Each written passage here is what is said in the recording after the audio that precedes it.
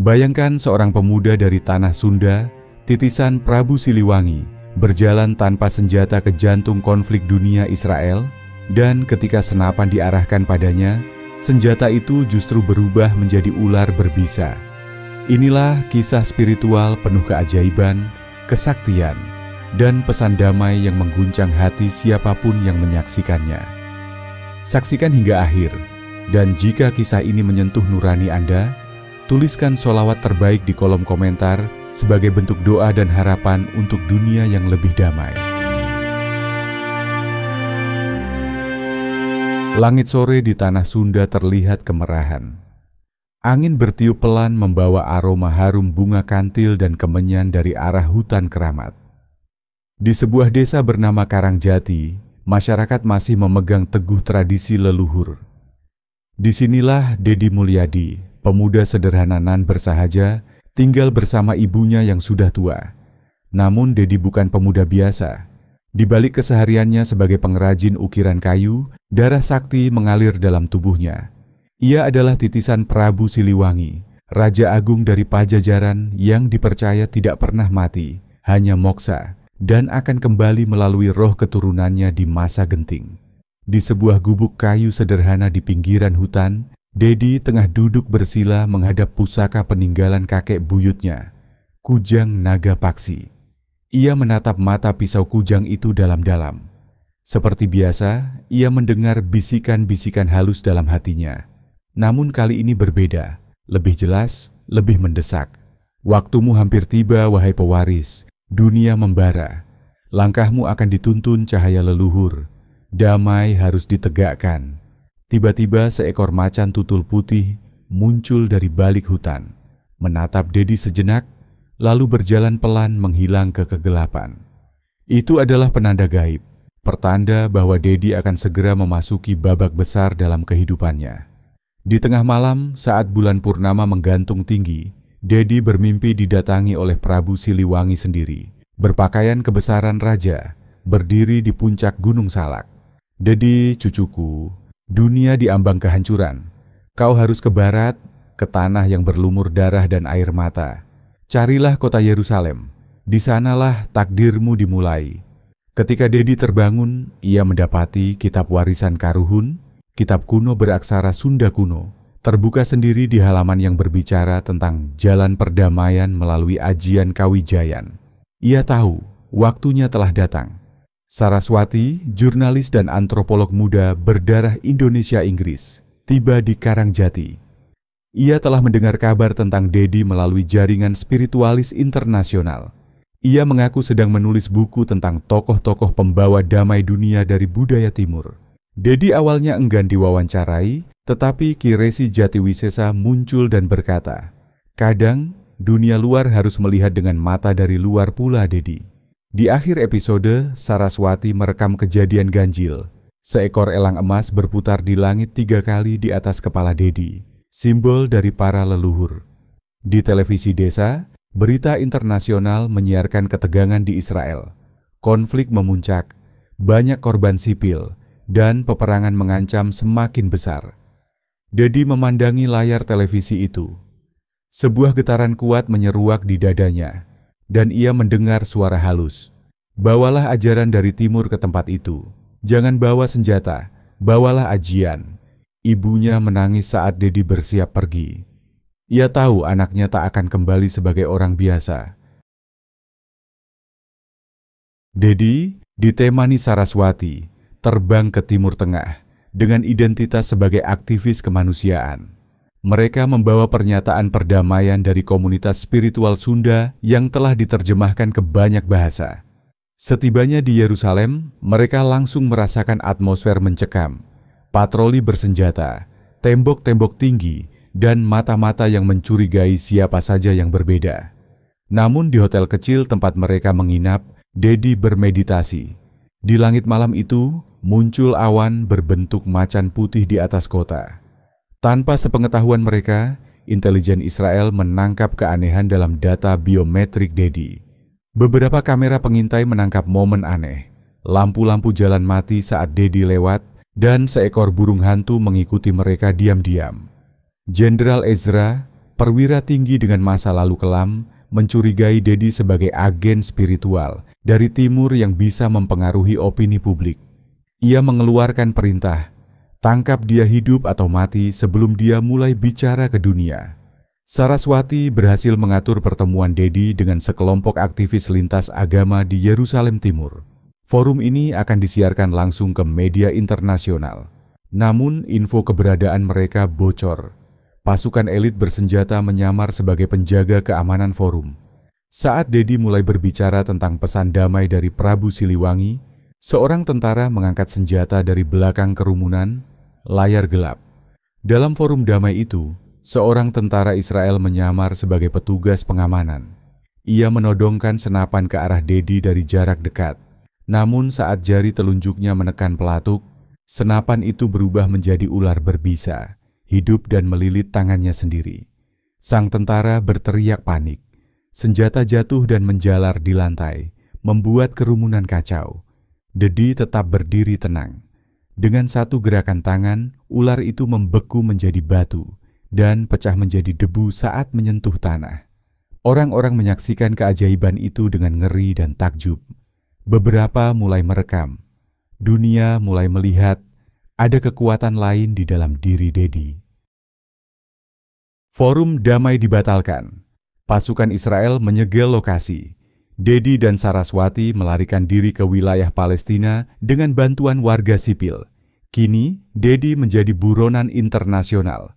Media menyebutnya The Mystic Peacemaker, tokoh spiritual dari Asia yang dicurigai sebagai ancaman nasional. Jenderal Ezra semakin murka. Ia memerintahkan operasi militer rahasia untuk menangkap Dedi dengan cara apapun.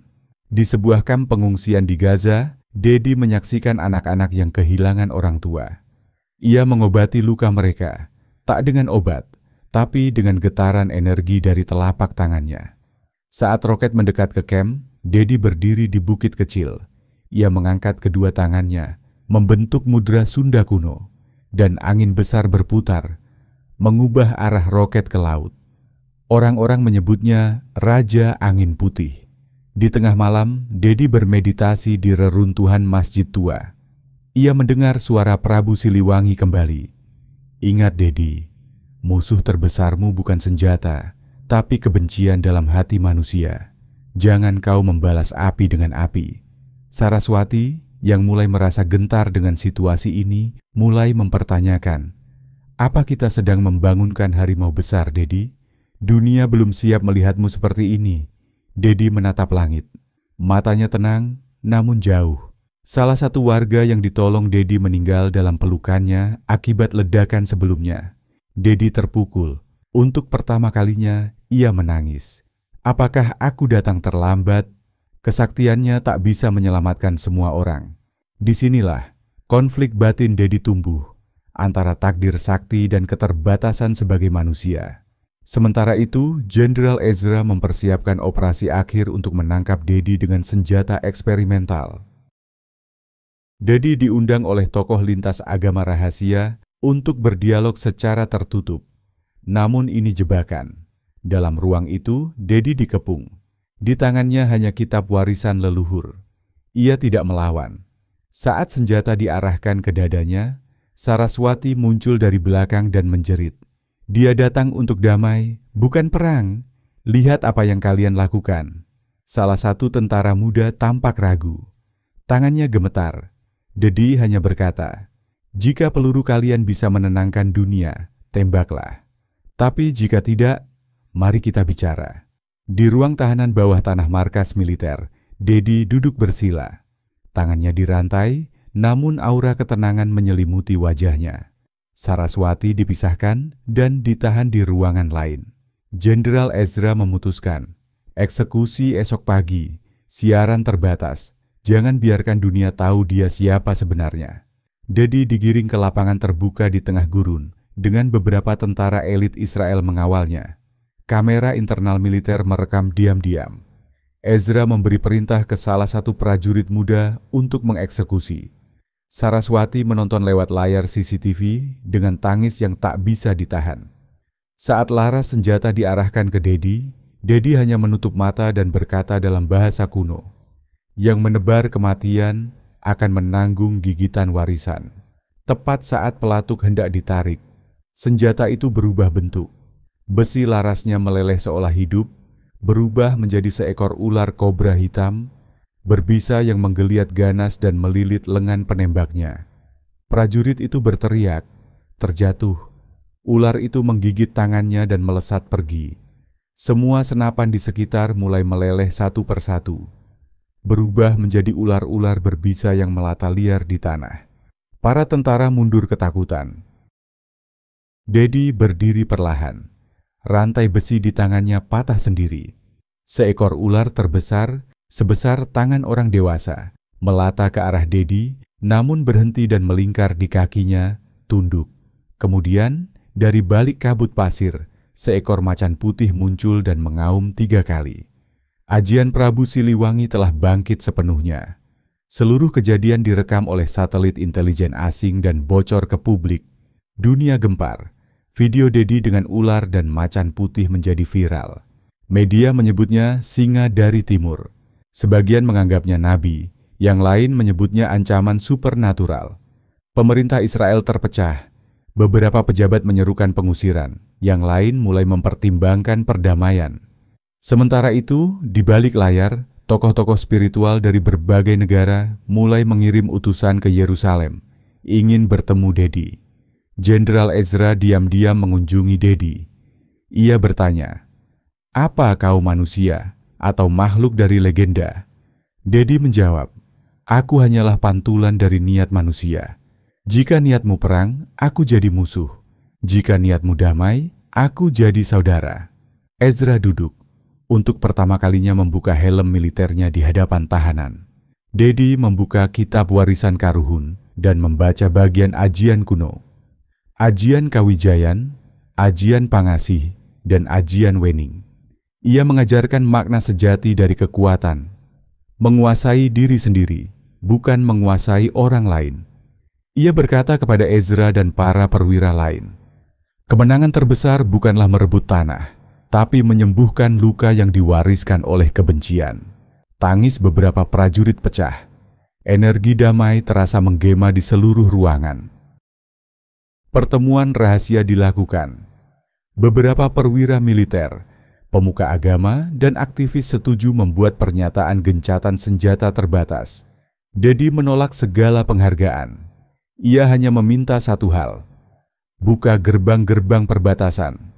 Biarkan anak-anak saling mengenal satu sama lain tanpa seragam, tanpa senjata. Di layar terakhir episode, tampak Dedi berjalan perlahan ke arah matahari terbit. Sementara bayangannya tampak seperti siluet seekor harimau putih. Beberapa hari setelah kejadian besar itu, gerbang perbatasan Israel-Palestina dibuka sementara. Anak-anak dari kedua pihak bermain bersama untuk pertama kalinya di wilayah netral. Dedi hadir di antara mereka. Ia meniupkan seruling bambu warisan leluhur, dan suara seruling itu membuat burung-burung berkumpul di langit. Damai bukan ditulis di atas kertas, tapi di hati mereka yang belum bisa membaca kebencian. Saraswati berhasil menerjemahkan seluruh isi kitab warisan Karuhun. Di dalamnya ditemukan surat wasiat Prabu Siliwangi untuk dunia. Isinya menyerukan penghormatan pada alam, penyucian batin dari dendam sejarah, kekuatan batin sebagai benteng, bukan senjata. Kitab ini dipublikasikan secara daring dan dibaca oleh jutaan orang dalam waktu singkat. Jenderal Ezra, yang dulu keras dan militan, mengundurkan diri dari militer. Ia memilih menjadi pembicara damai keliling, membawa kisah nyata tentang senjata yang menjadi ular dan sakti tanpa kekerasan. Dalam pidatonya, ia berkata, "Saya pernah percaya pada kekuatan senapan. Tapi saya menyaksikan sendiri bahwa ada kekuatan yang tak bisa dilawan dengan peluru." Beberapa negara mulai membentuk lingkaran damai Nusantara, terinspirasi dari ajaran Sunda yang dibawa Dedi. Delegasi dari Jepang, Peru, Afrika Selatan, bahkan Ukraina, datang ke Karangjati untuk belajar langsung. Dedi tidak tampil sebagai pemimpin, tapi sebagai penyatu hati, mempersilakan Ki Resi Jatiwisesa dan masyarakat adat untuk berbicara. Dedi menolak jabatan, penghargaan, dan popularitas. Ia berkata, "Aku bukan pemimpin, aku hanya penjaga pesan." Di malam hari, Dedi berjalan masuk ke hutan keramat. Saraswati berusaha memanggilnya, namun hanya meninggalkan tulisan kecil di serat lontar. "Carilah aku di tempat sunyi, bukan di singgasana." Cahaya putih terlihat menyelimuti pepohonan. Beberapa bulan berlalu. Desa Karangjati kini tidak lagi sunyi. Para peziarah dari berbagai negara datang bukan untuk berwisata, tapi untuk belajar kebijaksanaan leluhur. Di balai adat, Ibu Dedi tersenyum menyambut mereka. Ia menjaga rumah tua itu sebagai pusat ajaran Kawijayan. Saraswati kini tinggal di sana, menjadi juru cerita dan guru spiritual kecil-kecilan. Membacakan kembali ajaran dari kitab Karuhun yang diterjemahkannya. Dedi bukan mengubah dunia dengan sihir. Ia hanya mengingatkan kita pada sesuatu yang telah lama kita tinggalkan, hati nurani. Di tempat-tempat konflik lainnya, di Myanmar, Sudan, dan Ukraina, muncul gerakan akar rumput yang membawa nama Jalan Siliwangi, yakni jalan perdamaian berbasis kekuatan batin. Banyak tokoh perdamaian menyebut Dedi dalam pidato-pidato mereka. Namun tidak ada yang tahu keberadaan Dedi saat ini. Yang tersisa hanyalah jejak-jejak gaib. Macan putih muncul di gunung-gunung. Senjata meleleh ketika diarahkan ke anak-anak. Orang-orang bermimpi tentang seorang pria bersorban putih yang membisikkan, "Tenanglah, waktumu belum usai." Di hutan keramat Karangjati, suara seruling bambu terdengar kembali. Ki Resi Jatiwisesa, yang kini mulai sepuh, duduk di batu meditasi. Ia berkata pada Saraswati, "Dedi tidak pernah pergi, ia hanya kembali ke asalnya, seperti sungai menuju laut." Saraswati menulis buku berjudul Macan dari Timur, Kisah Nyata Dedi Mulyadi, menjadi bestseller dunia. Di malam sunyi, seorang anak kecil Palestina yang selamat dari konflik duduk di tenda pengungsian. Ia membuka buku kecil bergambar Dedi. Ibunya bertanya, "Siapa dia?" Anak itu menjawab dengan tenang, "Dia bukan pahlawan, dia penjaga cahaya." Langit malam menampakkan cahaya berbentuk harimau putih berjalan di antara bintang-bintang. Kisah ini adalah karya fiksi semata. Cerita ini dibuat berdasarkan imajinasi kreatif, terinspirasi dari nilai-nilai budaya, spiritualitas Nusantara, dan harapan universal akan perdamaian dunia. Tokoh-tokoh, peristiwa, tempat, dan kejadian supranatural yang diceritakan tidak dimaksudkan untuk mencerminkan kenyataan secara langsung dan tidak ada kaitan dengan individu, kelompok, agama, atau bangsa manapun secara spesifik. Jika ada kesamaan, nama, atau peristiwa dengan dunia nyata, itu murni kebetulan dan tidak disengaja. Karena kadang, untuk mengubah dunia, kita perlu memulai dari cerita.